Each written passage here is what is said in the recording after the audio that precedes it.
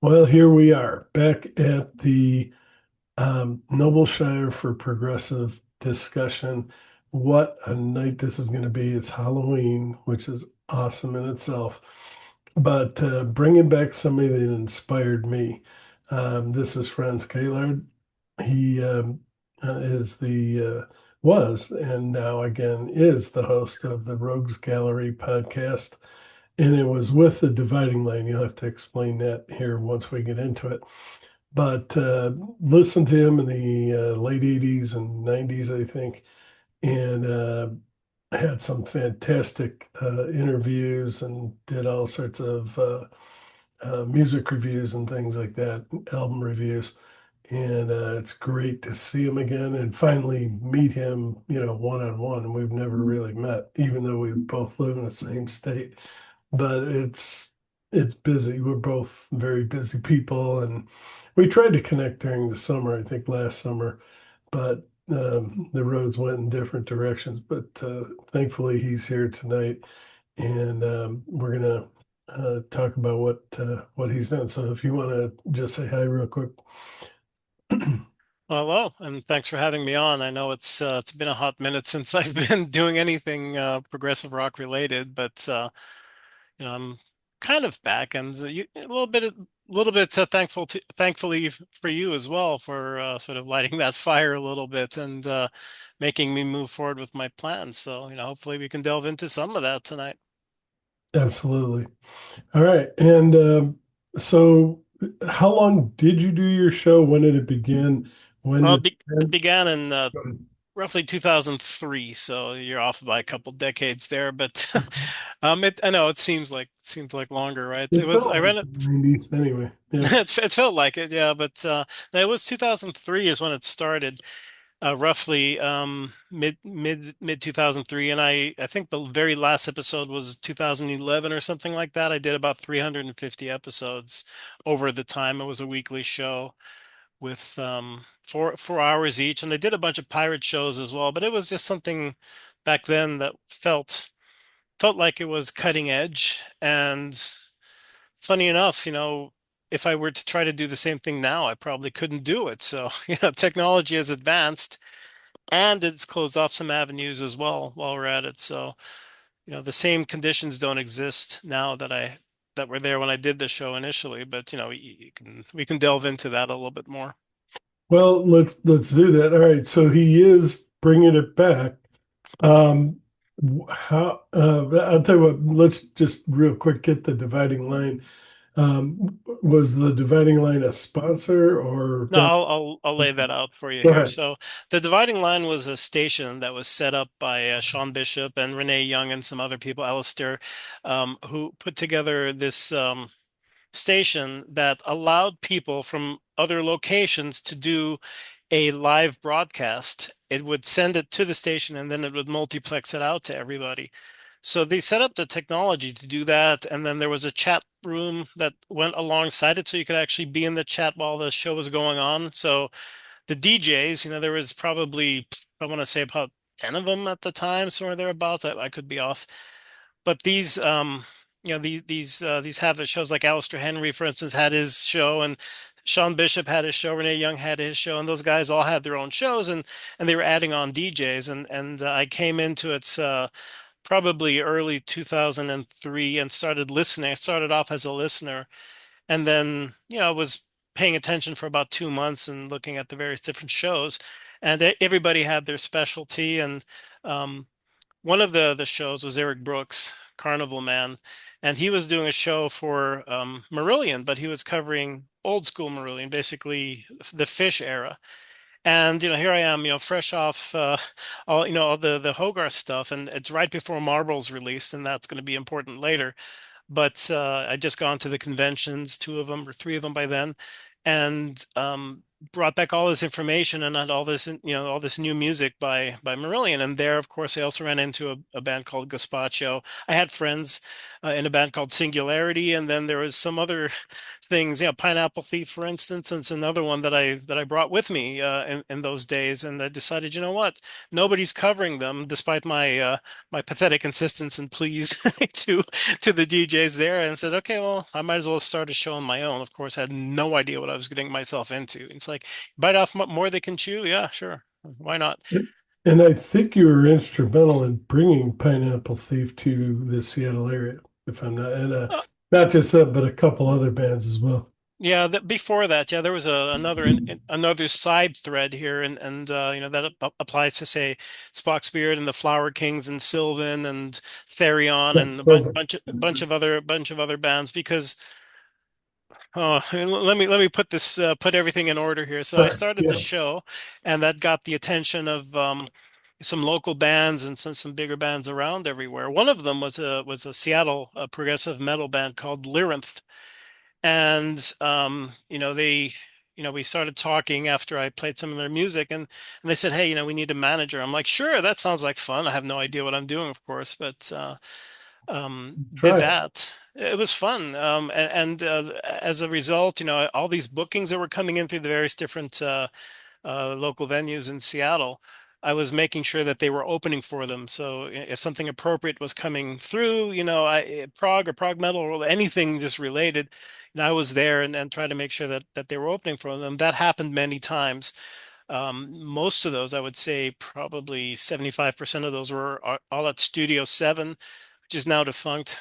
But Tracy, the manager, was always really good to me, and made sure, and I was always there, made sure the guys showed up on time. We set up, we did our sound checks, everything very professional, and the band was great, and we were able to do a lot of these gigs and got their name out around town back in the day. So that was going on in addition to the Rogues Gallery at the time.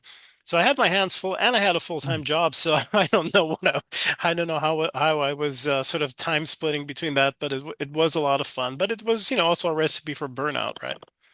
Well, yeah, but he's like me, a fan of music. But he, as you can see next to him there, he buys the big box sets, the LPs, and I stick usually with the CDs. I do have my set of albums, but I usually don't buy the box sets, but they are absolutely wonderful. The pictures, the sound, everything you get, the all the extras you get. So if you haven't heard a box set or looked at a box set or had somebody um, open up a box set for you and see it on YouTube, check some of those out. But uh, he's definitely a music fan like me, and it can't help but get you involved in some way. I think you were also involved. I'm not sure you'll explain it, but I think you had something to do with CPROG, and which is they were trying to bring bands here to Seattle because unfortunately, I talked to people all over the Northeast, and you guys have some fantastic prog stations and a lot of prog support back there. Here, this guy was one of the few people doing prog. It had there are a few now, but for a while it was barren, and you can't hear prog on the radio. At least maybe you do. You probably know where you can. But Yeah, no, no. yeah, I'm a little south of you, so you know, it's the yeah, there's same no issue, man. station.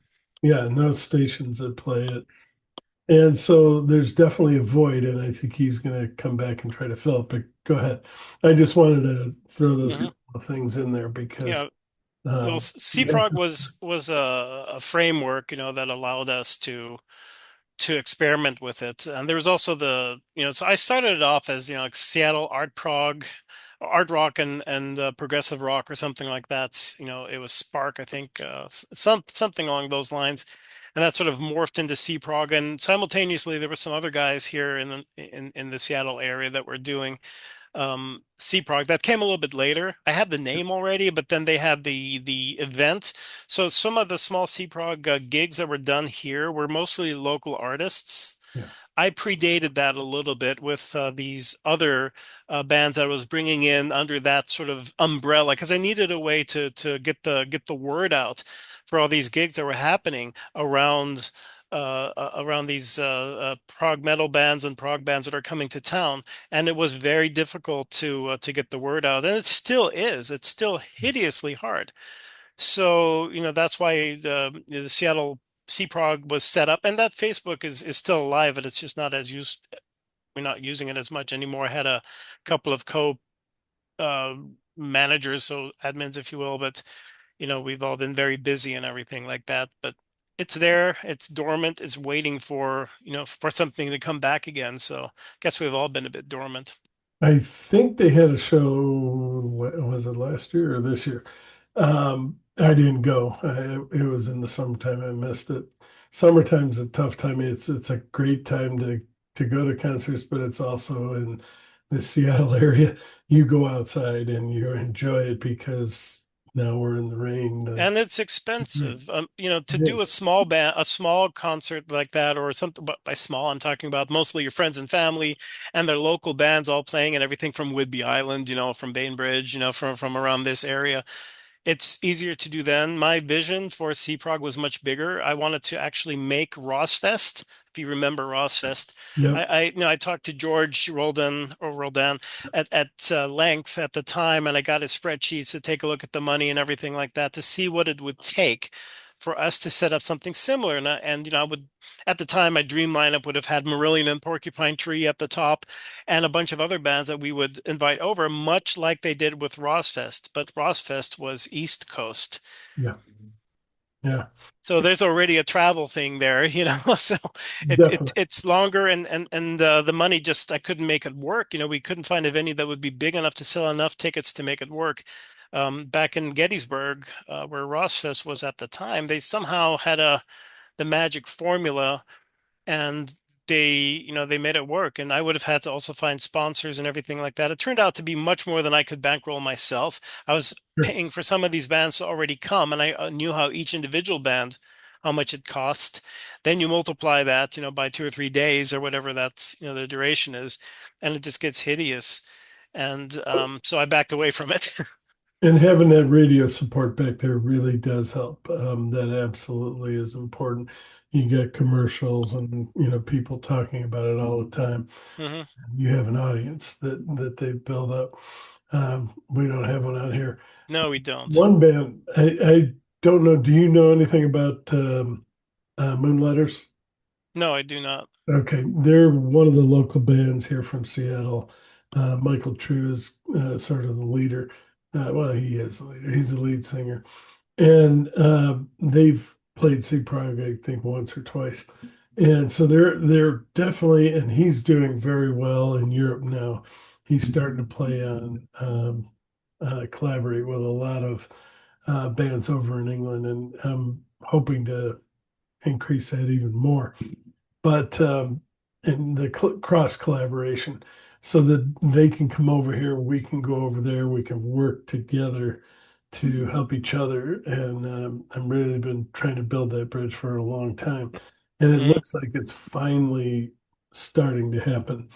They did a tour over in England this past well this summer, yeah, and did a fantastic job. A really lots of good word came back, and on social media and things like that. So hopefully it's a start of something, and like I say, I'm going to keep pouring gas on that fire. I want to see it because I think he agrees with me that we want to see Seattle.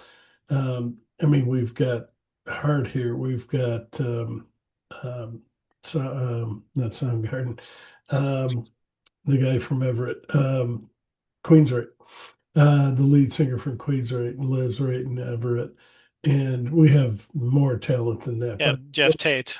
Jeff Tate, those are the Incidentally, that was my very first interview on the Rogues Gallery. The very first one. It was like show number 7 or something like that. I had no idea what I was doing. I asked his wife if I could do an interview, and she said yes. I'm like, oh, thank you, Susan. Uh, And I was like I was like a deer in the headlights. And you know what? What do you ask him when you want to ask him everything?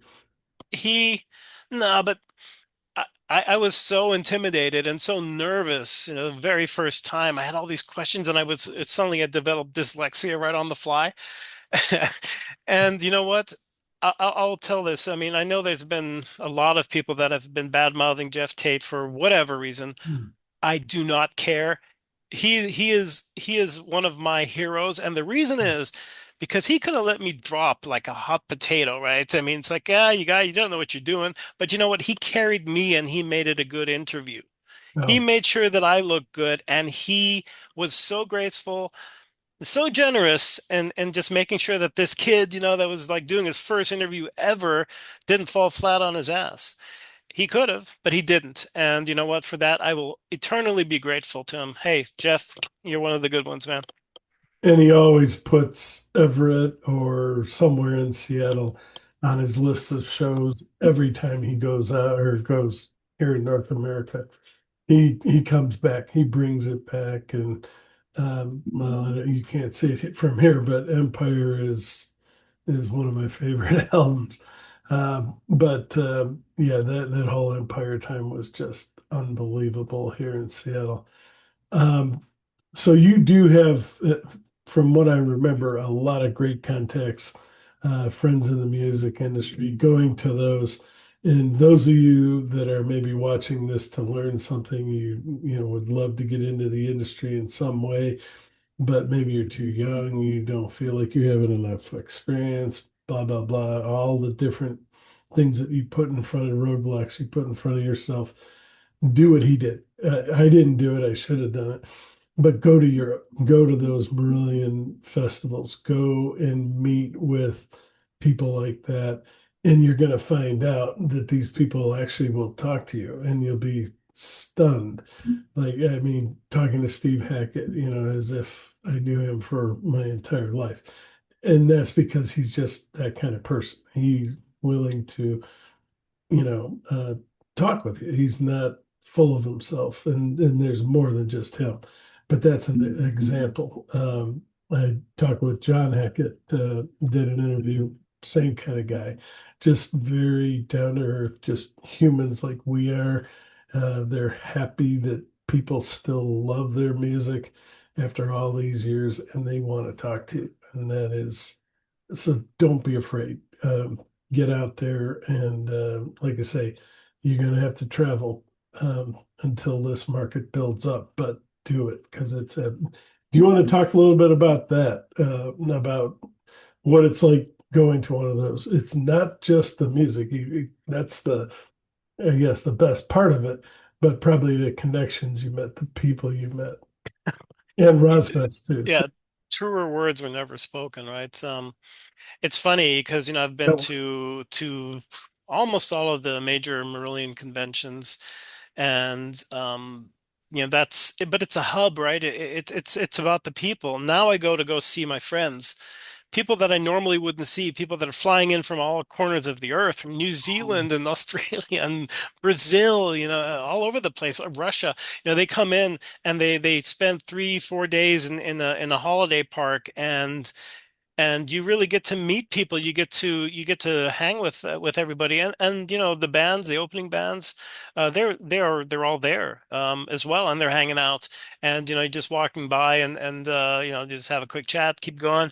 There's a lot of camaraderie going on, and everyone's just people, and you get to experience them, with their families and such. And so you give them respect, of course, but they're just great. A lot of them are just awesome people, they want to talk, they want to engage, and they're happy that you're there.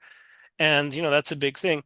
I think the Rush conventions are very much the same way. yeah. I hear from my friends that go, but the band is not there, and that's the difference with the Marillion conventions. Is the band is there with their family and the whole entourage, and it's a very different thing. And afterwards, there's all these performances at the bar that's on the campus, and they'll be running in there. I was one time just watching this cover band there.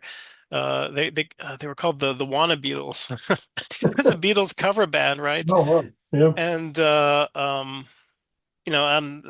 just looked to my right over here, and Steve Hogarth is standing there. He's like bopping along, and then suddenly, he bounds onto the stage, and what did he do? Back in the USSR or something like that, with the Wanna Beatles, just rocking out after he did a full set. Of his So he had a own. full set that day and a swap the band type thing earlier. And these events, are much more than that. It's almost where family starts happening, right? I mean, that's the way I see it. So for me, I would definitely say go. Rossfest, another thing, man. I met so many great people at Rossfest, and still have contact with them to this day.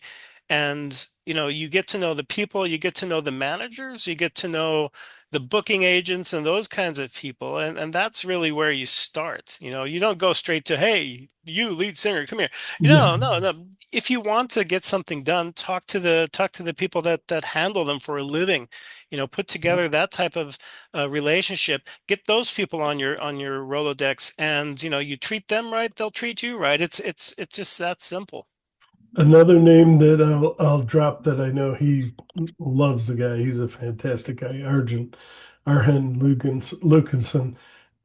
They just had a big, I don't know, 20th, 30th year celebration, and they actually had camping. And so you had Marcelo Bovio and some of these people. You could camp right next to them. I mean, just that, and then the cruises. I haven't been on any of the cruises either, but my wife wants to go to this next one. But those cruises are fantastic. You can meet a lot of people there. And again, the music, I mean, just think of it. You got nonstop some of the best bands in either any of those genres. hmm But don't expect good sound quality when you're up on the Yeah, deck and the wind's howling and you that's can't true. hear anything. I mean, that's the thing. But you're Uh, sitting in a bathing suit. I mean, I don't, but if you're younger, you do. And you're just listening to these famous people. Uh, yeah, you're talking about Cruise to the Edge here mainly, right? Roots to the Edge. Then there's the metal 200,000 tones or whatever it is. But yeah, absolutely. Those are, I haven't gone, but I know a lot of I, people. I haven't been on a cruise yet either. I have friends that, of course, go religiously to every one of Yeah, them, but it's a lot of money. And, it is. if you want to really, if that's what you want to do, do it. But, I've got way too much other stuff going on, professionally as well. So it's hard for me to pull myself away for that. But, for things like I'm the saying for convention, somebody that's younger and trying to not even younger, man. Some of break those, into the business. a lot of those people are older than me too. I mean, it's Oh, everybody. But if you're yeah, trying to break into the business, learning, watching these things, going as an educational experience, and getting in on say a VIP type pass when your favorite band is coming to town, if it's available and it's affordable, do that. I mean, I had a VIP pass to go see the Pineapple Thief a couple tours ago. And what that was is sort of a Q&A with the bands before the gig. So here we are, and of course, like this guy over here brought his drum head and everything like that. Just wanted to know only about Gavin, but I wanted to know from Bruce Sword, hey, what's going on with your remixes and the mixes that you're doing in Atmos? And he yeah. did a whole presentation on how that works, and I just learned a lot from that. So, if you're an aspiring sound engineer, I mean, that would have been one of those sessions that you probably would have given your left arm to be able to attend, and he was just out there just laying it out. It was beautiful. Meet and greets too. He said VIP. That's what it, yeah, exactly. That's what it was. I paid for one with um, Visions of Atlantis. It was one of the best things I ever did. I mean, the show was great, but the pre-show was even better. The meet and greet where you actually meet these people. I did a interview like a couple months before with them, and then here I am talking with them, and same thing, very down to earth people. You're thinking, oh my God, this guy's not going to talk to me. Yeah, he will, and yeah, she will, and it's it just surprises you. And please take advantage of all that while you're young and while it's out there, because as Frans said, it's getting more expensive, and bands are cutting a lot of these things back. And we don't have a president that's really helping with any of this with tariffs and things like that. And you can't even get your And import music. not just tariffs, but they're getting they have to spend a lot on a like a touring visa or something like that. It's gotten more expensive, so bands can't even afford to come here because their break even becomes ridiculous. And if you try to circumvent that in any way, shape, or form, it gets flagged, and you can be in big trouble and not ever be allowed in the country back again. I mean, this has always been there, but it's gotten worse, is what I'm saying. Yeah. About 10, 15 years ago, I had a band called Portal that was going to come down from Canada and play up in uh hello, completely blanking on it. That happens to me too. And they were playing in one of the towns up north over here. Linwood or No, no, no, no. It'll come to me. But they okay. were going to play there, and I had them and a Yes cover band, Oh, Parallels at the time, and Randy George's band. So they were going to be there, and they were going to play Woodinville. Sorry, that's what it was. that's That Big Papa's or something like that. Place doesn't exist anymore. It just came back to me. And they got held up at the border because they didn't apply for the proper permits. And the guy saw the musician gear in the back and said, "What are you going to do? Well, we're going to play. We're going to play a gig." And the border didn't realize that these guys were going to play for free because that's what they were doing. yeah. This was just us having fun, and they held them back, and so I had to have Parallels play a double set. Now with Yes cover songs, that's not hard. That's like an extra song, Yeah. but still it sucked because this was meant to be Portal's debut in America, and that never happened. So I feel bad about those kinds of scenarios, but it's worse now. The travel visas and everything have gone straight up. I mean, I talked to Marlene's manager just recently, and try to get a scope for that. And I might publish an interview pretty soon here. I just need to get some questions together. But yeah, it's bad, and it's getting worse, as you pointed out. So do it while you can. Fly over there if you need to. It's worth it. Definitely. You only are young once. Believe me. It just goes by and he'll hopefully Yeah, back. I was young twice, but then I paid the price and I got old real fast. So that's what happened. There you go. Yeah, I mean, I've seen a lot of concerts in my day, but yeah, and now all these people want you to come back, and it's like, how can I go? Like, no, no, I won't even go down that road.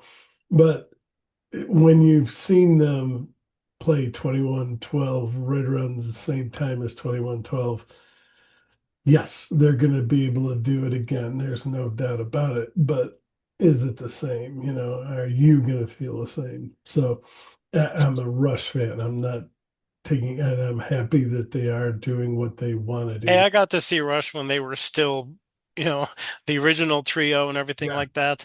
And now I probably can't afford to see Rush 50 or 50 Oh, something tour. that's You know, another. I have to fly somewhere. And I think they just announced one in Seattle, so I'm going to see if I Yeah, can climate pledge. Yeah, I'm going to see if I can sneak in through the back door on that one, but it's very unlikely. Those are not the types of gigs that you can just, hey, remember me, and then they let you in. Nah, we're not talking about small potatoes gigs anymore. no. But some of the best gigs I've ever seen were like 25 bucks, I mean, Yeah, I think I've talked about the Tea Party, which wasn't that expensive, but one of the best shows of my life. I mean, the guy, Jeff Martin, brought out musical instruments from around the world, and he's playing them, he's talking about them, describing them. And I never expected that. I thought they just, do their regular set and okay, hey, then I would have appreciated that. But he did all that, and you'll never forget those things. And it candlelit, no lights, everything was candlelit, all acoustic. It was absolutely, yeah. So yeah, so he's absolutely right. Some of the low budget or the ones you think this isn't going to be that great, you're going to be surprised. Well, super intimate. I love those, where basically you're just right there, and that I was, think I saw Fish support Marillion. This was back when, I mean, let's try that. yeah, that probably No, not. that didn't happen. No, Fish era Marillion support Rush. I think they were the uh, initial band. Anyway, um, Yeah, the opening band. Yeah, it- they did. And there was a couple of them. The most famous one being that Radio City Music Hall gig where the Rush fans booed Marillion off the stage before they could even start playing, I think. no, But but I think they've come around since. no, they didn't on this one. It was, and he, I mean, I was a Marillion fan, but I was even more of a Marillion fan after that show. Let me ask you this. He goes way back to the time when the internet was just getting started and, it was so new. You were doing downloads and uploads, and he had the, not his fault, but the internet's fault, poor quality and things like that that he fought with and overcame. So if you can do that, describe how some of that went. Yeah, because kids these days don't appreciate that. They're like, everything is ready to go. You can Yeah, get where's my walking stick? Kids. Um, yeah, it was pretty rough. My average, so I did a 4 hour show, and in that show, I tried to get one or two interviews in sometimes. Towards the end, I was doing one or two interviews per show, and that went through a phone line with a special box that allowed me to combine the two signals. But let's just start at the beginning.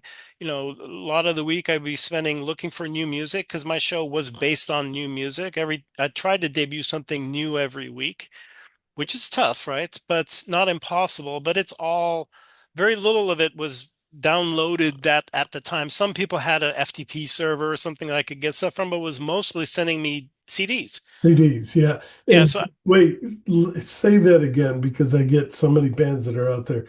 Mark, you want a CD? I remember when I first started, you didn't do a review unless they sent the CD mhm. because it has all the information in it, and you're not having to go look at it on the internet, which is easier now, but I can't imagine what it was your You time. don't because all the stuff today when you rip a CD even that is kind of becoming alien, right? But when Yes, you ripped a CD back in the day, this is even before FLAC was a popular thing. It was mostly MP3 or OGG or whatever you used back then.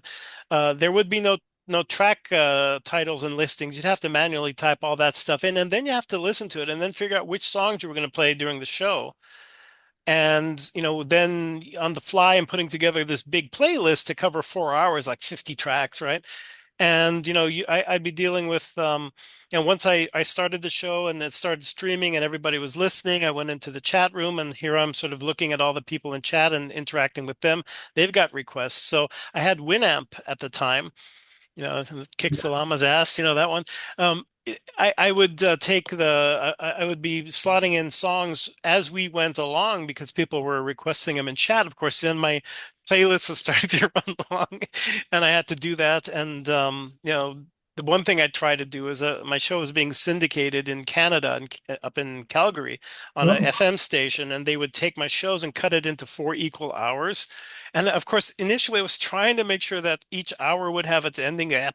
That went out the window. You guys just slice and dice the way you want it, man. I mean, I can't sort of serve multiple masters like that. But it was fun. And then once I got done with it, then I had to upload the show. Then I had to create the RSS feeds in order to have the playlists and everything. And so when people would look online, they could see what was in each show and all that stuff, and do all kinds of tagging. Lots of SEO, lots of cross posting and everything like that. But it was quite the production. So all this prep work and then the show and then another 2 hours of close up work before I could get to bed. So I'd be going to bed at 2 a.m. in the morning, had to get to work at 8, driving into Seattle. So that was fun. and a lot of these bands are like, yeah, but you're getting free music. Yeah, but I'm not getting paid for this, and I don't think you were you? No, of Yeah. course not. You're Otherwise, not getting otherwise I'd paid. be rich. You do well, yeah, me too.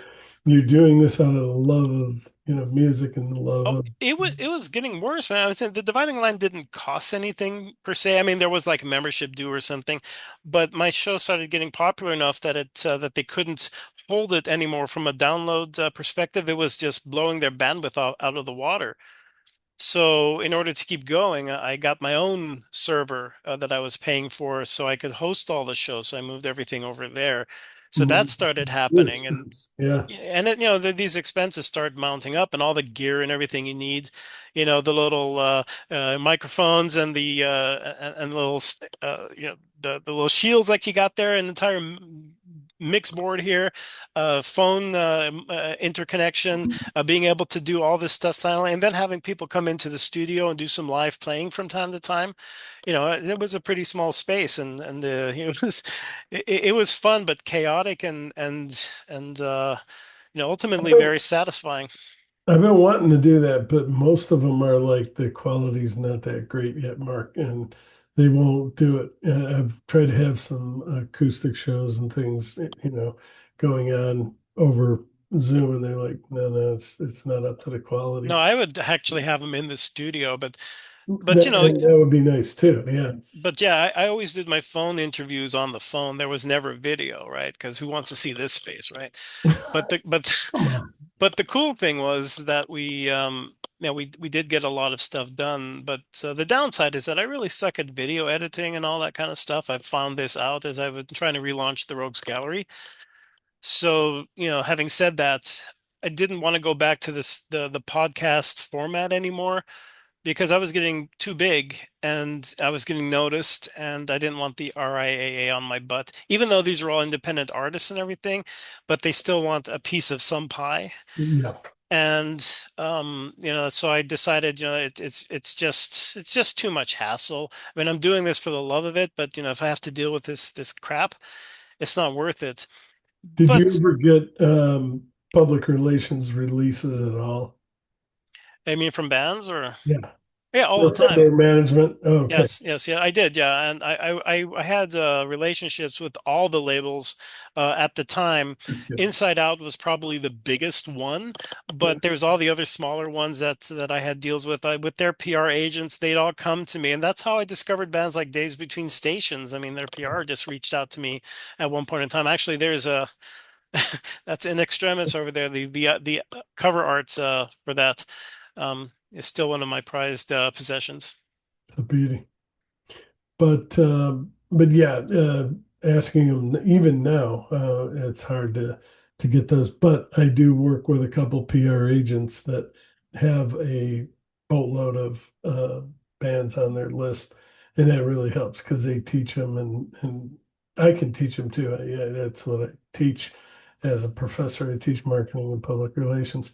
But it's so important to as a band. So if you're organizing your band, obviously you have to Have a PR guy that can do have man or a concentrate. management a team that can help you somewhere because otherwise it's they can reach people that you as an artist probably can't, especially if you're starting out.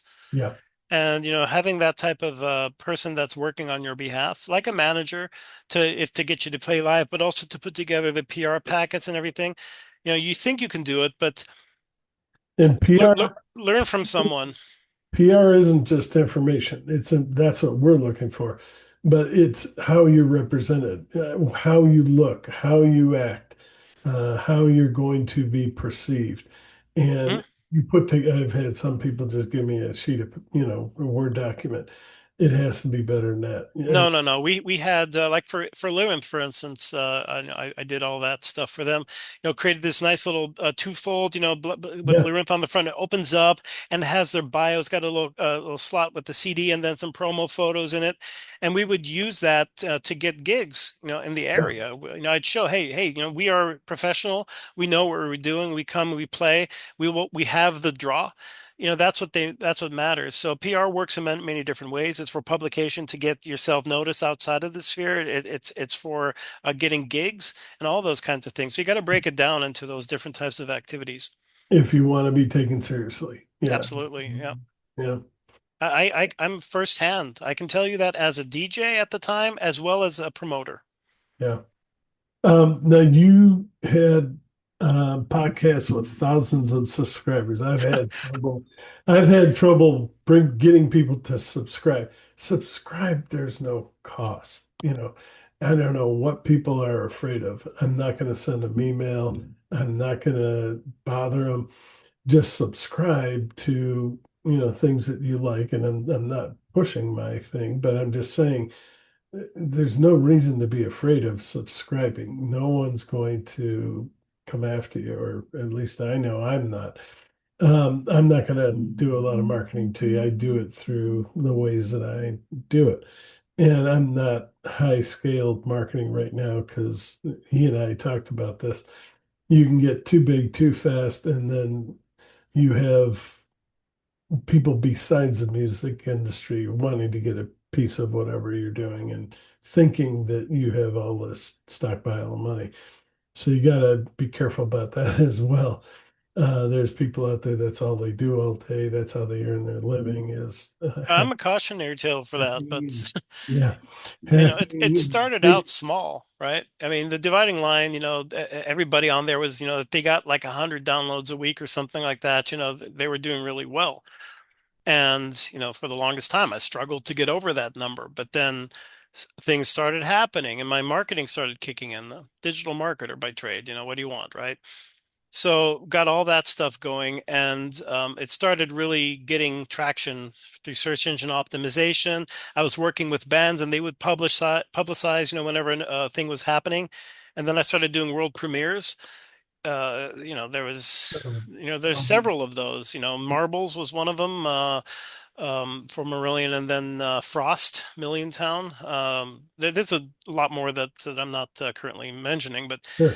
there was a lot of those, and that really started gaining traction, and people knew to come here. So they didn't subscribe per se at the time. They did get the mailing list, but that started, just snowballing. And now, with platforms like Substack or Blogger, you gotta subscribe and everything, and you can kind of count that way. That back then in those days, we looked at the number of downloads, and once I started, um, getting past the 2,000, 2,500 downloads a month, I was essentially taking up more bandwidth than all the other DJs put together at the time.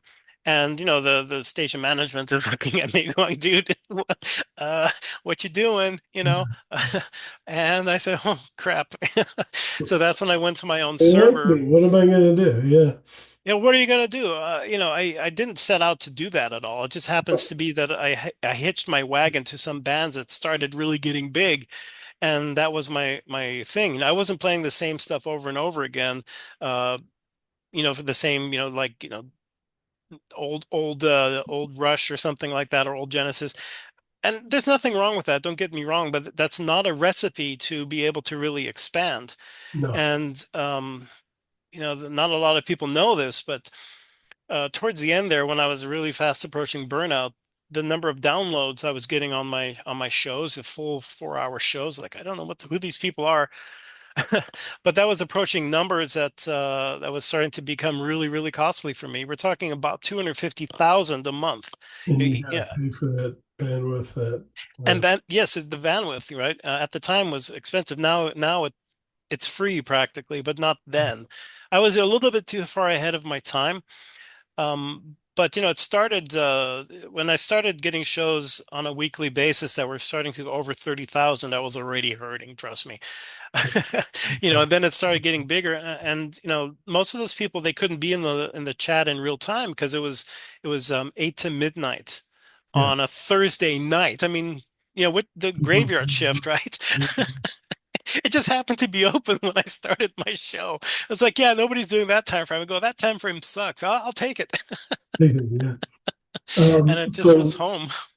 you already started. Do you want to talk about some of the podcasts you have coming up, or It's not, I'm not doing a podcast format yet. I mean, I might do a Zoom interview like this because it's fairly straightforward, but I wanted to initially do a whole, like a video, like a maybe like 15 minutes or 10 minutes where I would introduce some music and such. But I did a couple of tests, and my music, every time I did an upload, it was longer than 8 seconds or 15 seconds or whatnot. It got flagged and then blocked. I'm like, screw this. I'm not going to do that. I there, want to do something else. there's a guy I used to work for that does like an hour and takes one, maybe three albums and talks about them over the air.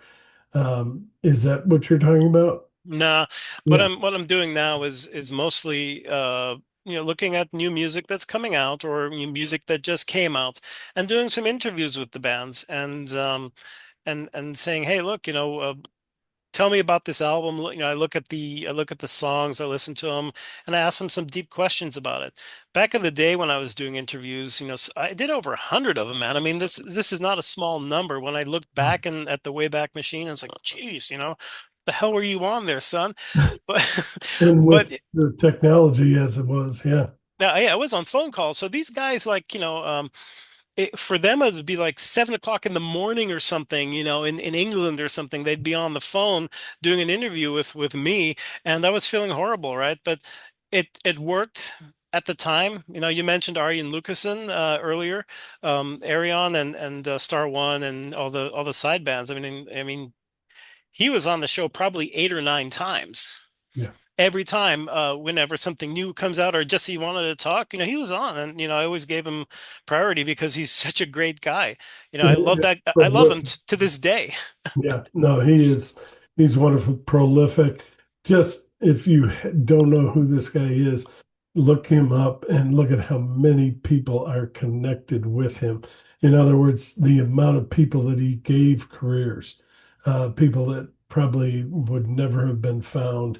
He put them on their album, and all of a sudden, oh my God, I know this person. I know this singer. Now, he did use a lot of very well-known people as well, which was good because they were probably his heroes and people he wanted to hear. But he also introduced a lot of new people that I had never heard of, and I was like, "Oh my God, thank you!" Now I'm going to go look for her or him and try to find him on another album or with Yeah, another. you mentioned Marcella earlier, Marcella Bovio, Stream of Passion, comes to mind, He as does wants that it, yeah. project with them. That was great. And there's still people that are doing that. And yeah, his Rolodex is Oh, impressive. And believe me, whenever I get stuck with something, I need to find somebody, he's one of the people I hit up yeah, still to this day. I mean, yeah, just recently I did that. There was a project. I don't know if you've heard of the Terra Incognita project. It yeah. it was Roswell 6, that started out during my day, and I did it on my show. But there was just one that was released earlier this year, just a Isn't that the writer too? I can't think of his name. Kevin J. Anderson, Kevin J. Anderson. Yeah, right? he's So connected with Saga and a lot of people. Yeah. yeah, Michael Sadler, and Michael Sadler was on my show about 7 or 8 times too. I mean, I was looking through the transcripts, like, dude, that guy was he, he was Hmm. he was and is great, and he's actually working on this one that was recently released, the Oh, the good. Terra Incognita, by Roswell 6, the new one. So that just came out, but for that I needed to get a hold of Anneke van Giersbergen, the Dutch singer, and Yes. I knew I was trying to figure out how to get a hold of her, and Arian said, "Yeah, here's the manager's information," and I was able to get her, and she's on the album, and she's just great. And I would check it out, the new Roswell 6. All right. So let's do this because we're about 7:50. I mean, I Told could you we'd go sideways. exactly. I could talk to this guy probably all night, but the rest of you are probably okay. Okay, there's too much Shut info. up. But no, no. I gotta ask you this: who's your if you could put a top 10 list together of some of your favorites, new bands. I know who your old favorites are. New bands. Ooh, I'd have to think about that a little bit. I would say that Earthside is one of the bands that really impresses me now, and Haken, of course. But no, they're not necessarily new anymore. I mean, they've been around for a little while, but in the pantheon of Prague, they are new. Mhm. They're from the more recent years. Thank You Scientist was another one. That always impressed me, and I try to follow them. And some of them are bands like Pattern Seeking Animals or something that have been around for a while as musicians, but they've come together and formed these different groups. But really, I'd need to take a step back and take a look and see when bands came out. Because new to me is like the last 20 Oh, all years. right. You're talking about the last 5 years probably. Like, oh, Oh, my that's all brain right. hurts. Go with your list, your top. Yeah, well, there's three of them already that I would say. I'd have to think about the rest right now because there's a lot of them, but I'd have to take a look and see if if that's a new band or not. That's Sure. No, that's fine. that's a tougher part. Who or better, maybe here's a better question. Who you listen to today? Oh, right now, I mean, the new Gazpacho is coming out today. Magic 8 Ball, and uh, I've been listening to it for the last several days, pretty much nonstop. And the new album by Deforestation, it's called 50 Days of Rain. And that's a band that the two guys from Nine Stones Close, which is a Oh, okay. really really No, awesome that. band, um, who put together this. It's more of a sort of a electronica, ambient type album, but it's beautiful, and I love playing it. So that's stuff I've been playing really recently here, and that really, that's something I would definitely tell people to go check it out. Darwin just came out with a new album. It's called Distorted Mirror, which Darwin is it's a band formed around Simon Phillips, and it's super Wow. prog, man. It's just if you're into really good chunky prog, Darwin is your thing. It's called Distorted Mirror. Okay. Let's see. Have you heard that sort of King Crimson remake group? I wish I could remember who's in it. Um, the bass player from Peter Gabriel, he's in Tony it. Levin, Yeah, Tony Levin. One of the members of the later King Crimson, Baloo. I think he's in it. Adrian Belew. Baloo. Um, and I can't remember the other. Oh, yeah. How could I forget? Um, the drummer from Tool. Been wanting to hear that. I can't remember the name of it. It's got a weird title. You wouldn't even think that it's associated with them. But bringing those guys together, Actually, something good is going to come from it, for sure. I actually know what you're talking about. I was just listening to it the other day. Oh my God. Yeah, I'm blanking on the name right now, but I it think came out. I think I reached out to him a long time ago. Mhm. I got so busy I haven't followed up or anything. But But he's been in everything. I mean, the album from just 2 or 3 years ago called Troika, yeah, DiVirgilio, Morrison Jennings. He was on that as well. So follow him around, man. His discography is just awesome, and all his guest appearances. And every time he pops up on something, it's worth checking out. definitely. Um, anything else? I mean, like I say, the two of us could probably keep going all night. Anything else you wanted to talk about your show, your history, anything you wanted to Nah, that I we haven't mean, talked about? it was a time as I said, I burnt out on it. So I was like dormant for like 10 years, 15 years or something like that. I'm not proud of that. The pressure did get to me. So take it easy, take it slow, and enjoy what you're doing. And don't try to just, beat yourself, beat your previous self. It's not like Super Mario Kart where you have to go faster every lap. You try that, you end up like me. But now I'm taking it slow. I'm doing these interviews and I'm thinking thoughtfully about these questions. It's published on Substack. I'll give you the link. And it's just a good way for me to get back into the swing of things, dipping my toe in the pool. I might do some Zoom interviews here pretty soon, but it's not going to necessarily be with the people that you would expect.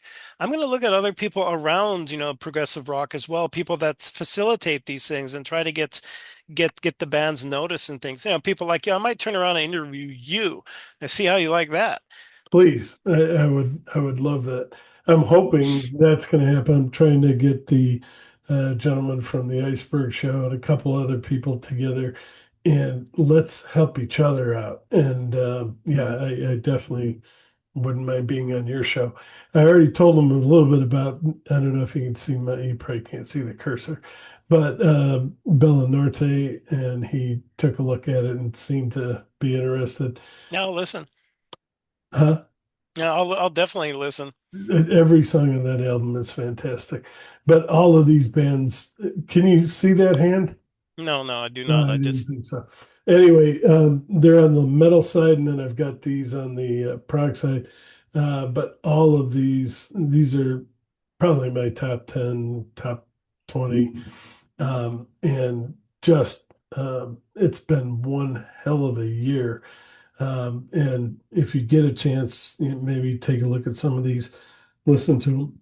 But it has been a great year for music, and it's already lining up for another great year in 2026. And I yeah, can't. I do want to say something about that as we Go close ahead. out because I just did a couple of posts. One of them was the year so far, and I was surprised at how many progressive releases came out this year. I mean, it's probably more than any year previous in terms of max. I mean, we're talking about, you know, a lot. And I did a follow up, which I called the progressive rock avalanche you didn't see coming about what's happening between October and December Q4. So these two pieces are bookends to each other. And 2025 has been a hell of a year. It's, And I haven't heard most of these. So when I started looking into it, I'm like, oh crap, man, I'm so far behind. well, I But think if you look up on top here, I think you knew who Ekelin was. yeah, yeah, I do. Yeah, Ekelin, and you maybe even knew Eden Sound Yes, I did out, actually. out of the Northeast. Hmm. Their album, both of those albums, I mean, Ekelin gave you a double album, and it is absolutely right now it's number two for me in the prog side. But Eden Song is another spectacular album. And Mission Jupiter, the poor guy went through losing the lead singer who was absolutely dynamite, but he's replaced her with another very, very good singer and great album. But these other ones, Animatic Sound Machines, last week, the Rocking Horse Music Club. Oh my God, they got Tony Banks to play piano for him, and Tony. I thought Tony was done. He was like, "No, I'm not doing anything more." And they pulled him back out, and they pulled me back, and just a fantastic album. They're sending a Hmm. copy of that to me. I did an interview with them last week. There is so much prog out there you can't imagine. Yeah, And just reminded me of Eden Song. I think I left that out of my list of everything that's being released, but that Our Road is to Dust, that was this year too. So, what an album. oof. Yeah. Yeah. That's the beauty. But share these lists. If people are interested, get this stuff out there and do what we can with what we have. Have you heard Atomic Time yet? No, I have not. Brazil? Oh my God. Mm-mm. Please, before you go to no, no, before you go to bed, they recorded some of the music in Abbey Road. But it's four or five songs. It's like the old days, like Pink Floyd. It sounds like Pink Floyd, but there's so much more. And they brought in a lady that will absolutely blow you away with her voice. But Atomic Time. Hmm. Just watch the live I'm pres taking a note of it right now. Okay. and the wonderful thing about Atomic Time, it's a father and son. The father's a fantastic lead guitarist, but that son is going to be a Rick Wakeman of the future. He looks like he's my son's age, about 20 something. And when you see what he's playing, it just will absolutely it'll haunt your memory. That thing when it came out, I didn't listen to anything else. I mean, it just um, it's dynamite. So again, you have some major bands that, and hopefully they finished that like 2 years ago. So hopefully they're ready for another one either next year or Oh, I the. need to start paying a lot more attention. Clearly, back in the day when I was doing the show, that was my daily life, and it was a full-time thing. But I did the hard work so people could get this synopsis of what was going on. They could look at the playlist and they could learn stuff. They could listen to interviews and such. It wasn't ideal, with the with the podcast format, but it got the word out. And I And keep using bands like that, and I'm saying here's what you want to shoot for. Hmm. Listen to this album if you're young kids or young, starting I out. think that's a very valid thing to do. Give a listen to Atomic Time. That's the direction you want to go in. You can do the Genesis covers and all these other cover type things, and you got to do that to make money. I absolutely Yeah, pay the bills. that's a topic for a different discussion, is about, why you can make more money as a cover band than making original music Yeah, and using one to support the other. That's a tale as old as time, yeah. but it's also very current and very realistic. And I think we could probably have another hour of just discussion about that. So let's have When this you chat at some other point, huh? I was about to say, when you invite me, we'll do that if you want. All right. Hey, thank you very much, Franz, for an hour of your time. It was worth every second. Go out and check out his whatever he's going to do, Zoom interviews, podcasts, whatever he does. It's going to be good. The guy's got the absolute experience. He knows what the hell he's doing, Thanks and for filling me out of the mothballs. you're going to enjoy it. I did. It inspired me. Look at all this stuff in back of me.